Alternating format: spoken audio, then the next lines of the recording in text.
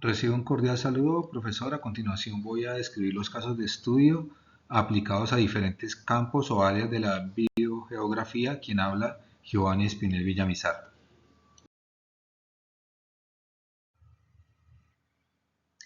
Bueno, el primer caso de estudio se titula Distribución potencial actual y futura de Aedes aegypti y Aedes albopictus en Colombia, importantes vectores de enfermedades. En la figura 1 se muestra la complejidad de las interacciones entre los vectores de mosquitos, los patógenos arbovirales y la transmisión influenciada por factores ambientales. Entonces, los mosquitos como vectores de patógenos que causan enfermedades están influenciados por varios factores interconectados. Entonces, tenemos primero un entorno abiótico donde el clima, sobre todo la temperatura, la humedad relativa y la lluvia, a su vez, el almacenamiento de agua y la urbanización no controlada favorecen la reproducción y expansión, especialmente en áreas densamente pobladas, donde se presentan problemáticas de manejo de residuos y de agua estancada. También tenemos un entorno biótico donde se juegan también un papel importante la competencia entre estas especies o con otras especies, la disponibilidad de hospederos humanos o, o la población humana a la cual pues, las hembras pican o algunos animales en el caso de las especies zoofílicas. Y el movimiento humano, las migraciones humanas pues determinan también esta capacidad para que los mosquitos se alimenten y se reproduzcan y propaguen estas enfermedades.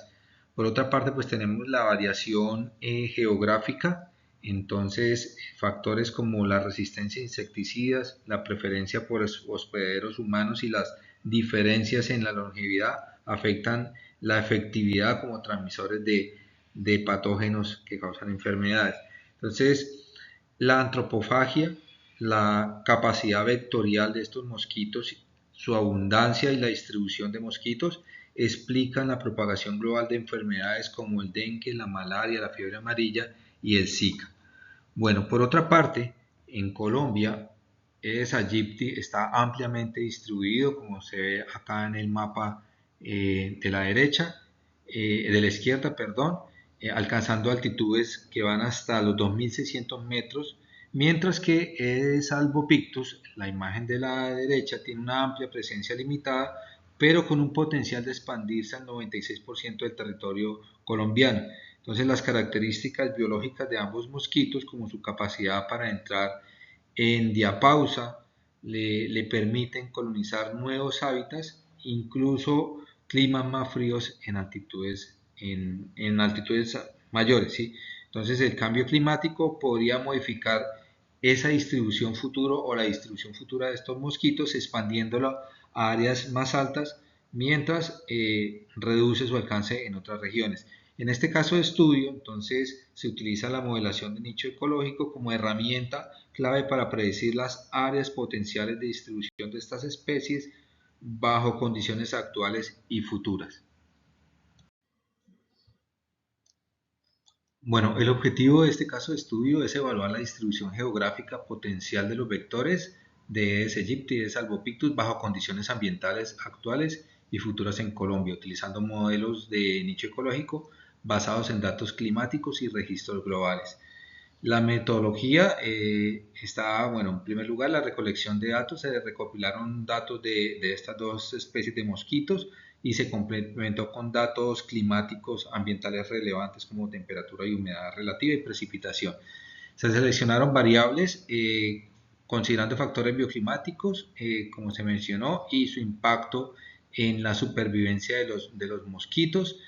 Se realizó un modelado de nicho ecológico, se emplearon modelos de distribución de especies para estimar la idoneidad de hábitat bajo condiciones actuales y los futuros escenarios climáticos, y se emplearon los siguientes escenarios climáticos para la distribución de especies en dos periodos: 2041, 2060, 2081 y 2100. Estos escenarios climáticos son proyecciones utilizados para explorar posibles futuros climáticos y socioeconómicos. Entonces, en estos escenarios o estas trayectorias se combinan factores socioeconómicos con niveles específicos, por ejemplo, de emisiones de gases de efecto invernadero. Y finalmente se hizo una validación del modelo, se identificaron áreas de alta idoneidad, validando predicciones con datos de campo para asegurar la precisión en las proyecciones. En cuanto a los resultados de este caso de estudio, tenemos, bueno, en estas dos imágenes, en la figura 4 tenemos el modelo de distribución potencial de ES-aegypti en la parte de arriba y ES-albopictus en la parte de abajo de las dos imágenes bajo diferentes escenarios climáticos, tanto para el periodo 2041-2060 como para el periodo 2081-2100. Entonces ahí vemos los escenarios climáticos SCP-245, SCP-370, así consecutivamente. Entonces, ¿qué se logró en estos resultados? Primero, identificar que ES-aegypti, tiene una alta idoneidad en áreas alrededor de los Andes y en la región del Caribe, mientras que Albopictus muestra una idoneidad significativa en gran parte del país, incluso en altitudes superiores a los 1500 metros.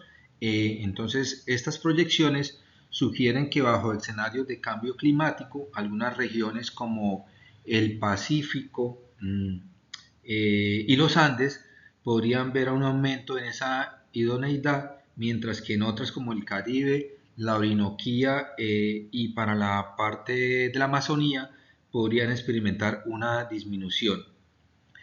Estos resultados pues también indican que, o los modelos indicaron que el cambio climático podría permitir que ambas especies se establezcan en nuevas áreas.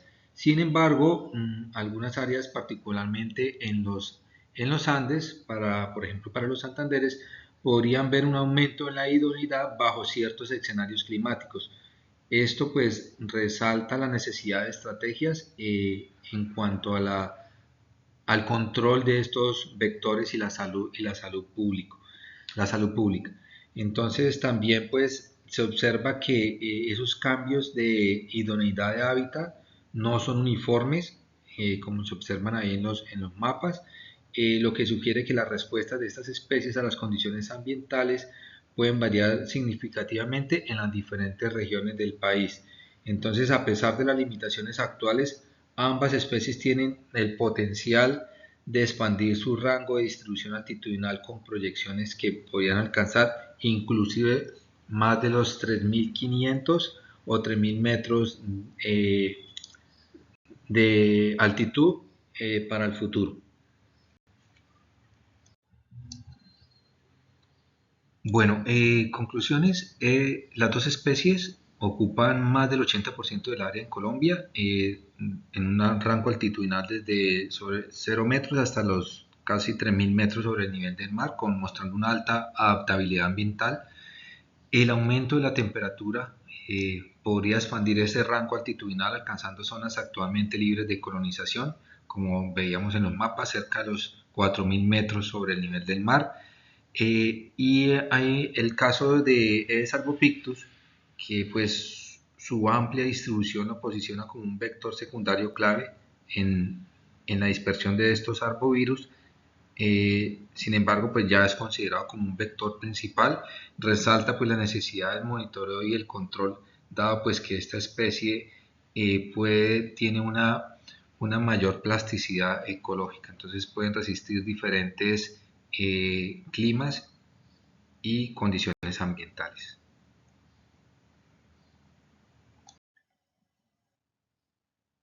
Bueno, nuestro segundo caso de estudio se titula Desplazamientos de nicho y rango de Aedes aegypti y Aedes albopictus, sugiriendo que la especie recién llegada muestra una mayor capacidad de invasión.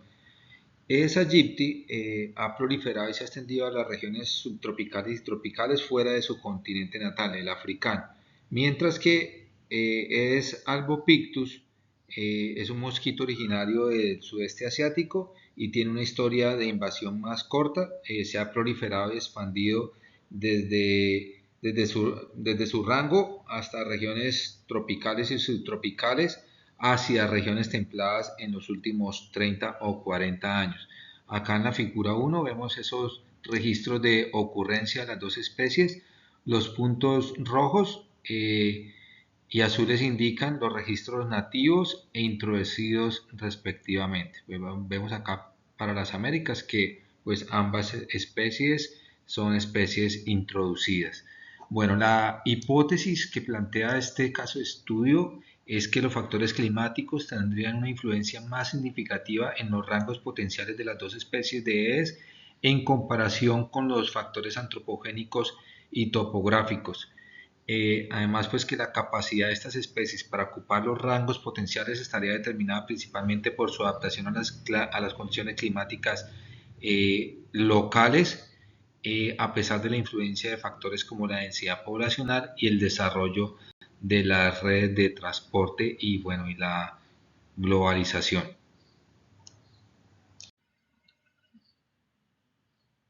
En cuanto a la metodología, bueno, en primer lugar se hizo la recolección de datos, se recopiló información sobre las poblaciones nativas e introducidas de ambas especies de Aedes y se tuvieron en cuenta las variables climáticas, antropogénicas y topográficas como variables predictoras.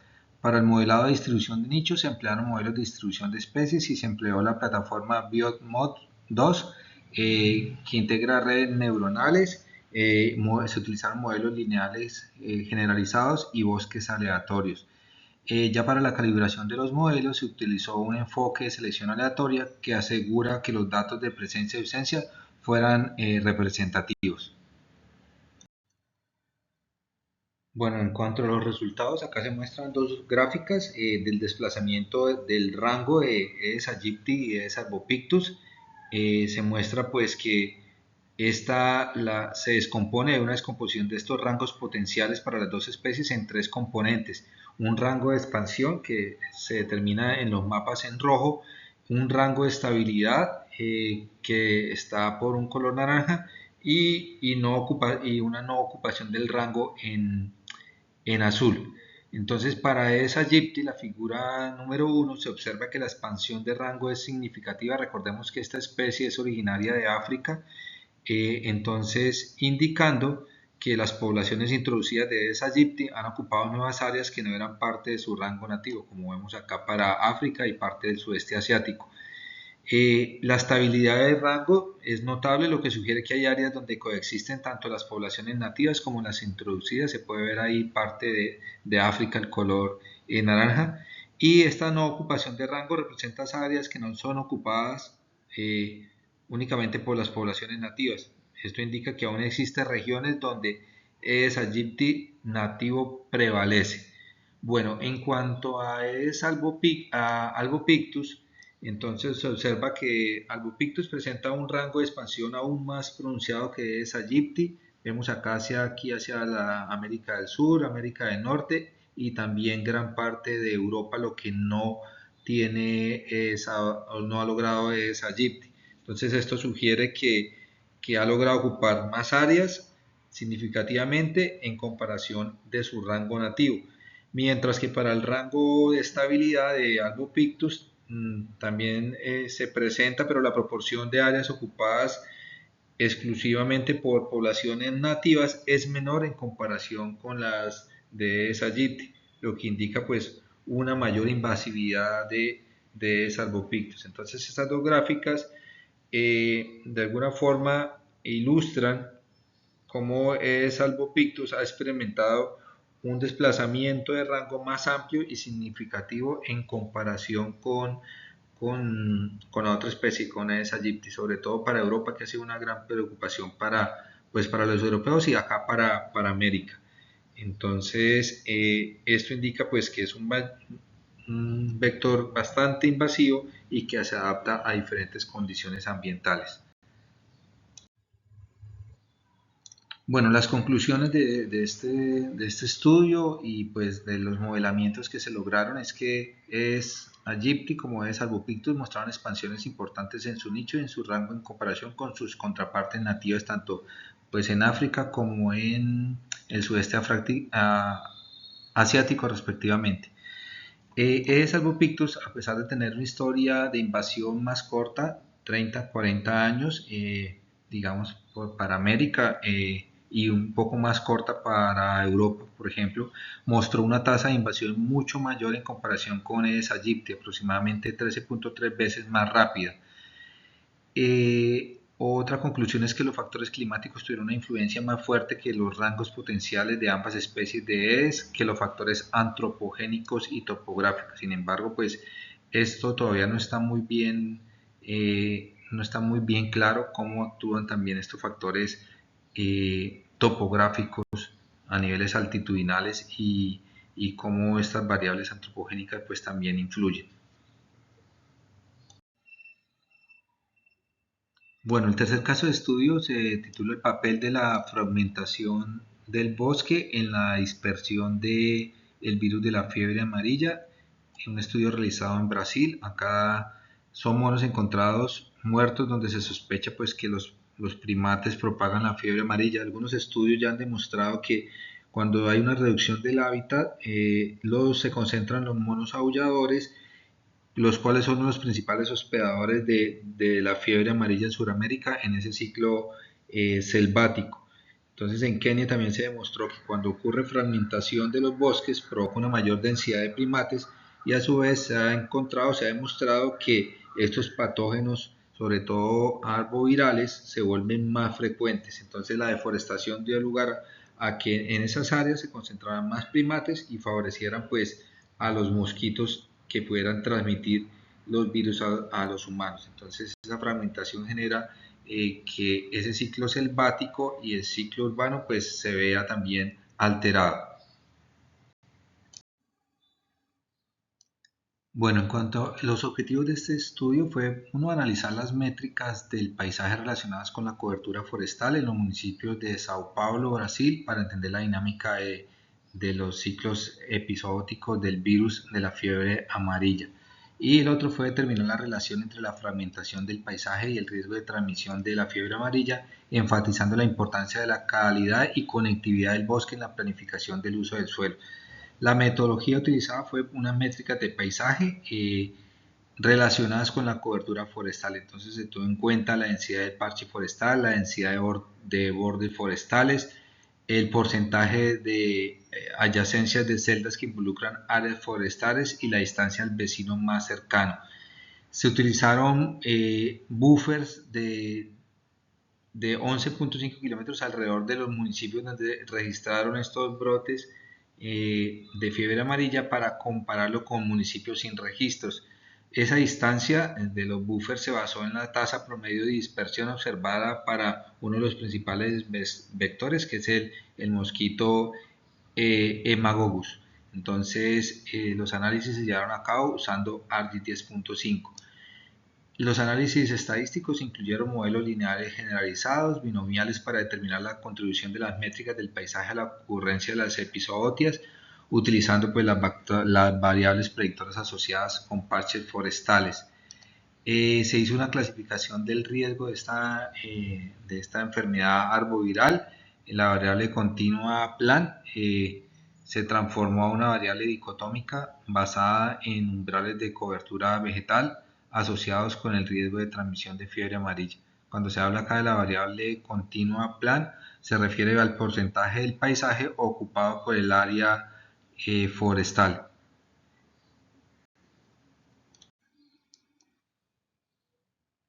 Bueno, en cuanto a los resultados de este estudio, vemos acá la gráfica muestra la relación entre la probabilidad de ocurrencia de epizootias de fiebre amarilla en primates no humanos y la densidad de bordes y el índice de parche más grande, acá representado como LPI, en 162 municipios del estado de Sao Paulo. Entonces, para la gráfica A se presenta la relación entre la densidad de bordes y la probabilidad de ocurrencia de estas episodias. Se espera entonces, como se observa acá la línea de tendencia, que a medida que aumenta la densidad de bordes, también lo haga la probabilidad de que se registren episodias, lo que respalda pues, la hipótesis que se planteó que los paisajes más fragmentados son más propensos a la transmisión del virus. Mientras acá en el LPI, que es el índice de parche más grande, un LPI más alto puede indicar menos fragmentación y por lo tanto una menor Probabilidad de transmisión del virus. Bueno, en cuanto a las conclusiones, se encontró que la fragmentación permite un mayor contacto entre los primates no humanos y los humanos. Entonces, esto favorece la propagación del virus de la fiebre amarilla. Por otra parte, se encontró que los bordes del bosque muestran ser más permeables al virus en comparación con las áreas centrales del bosque. Esto se relaciona con una mayor densidad de especies mosquitos vectores que prosperan en paisajes fragmentados. Y finalmente, los paisajes fragmentados con alta densidad de bordes favorecen esta propagación del virus, mientras que los paisajes con menos conexiones pueden actuar como zonas muertas, por decirlo así, para la circulación del virus.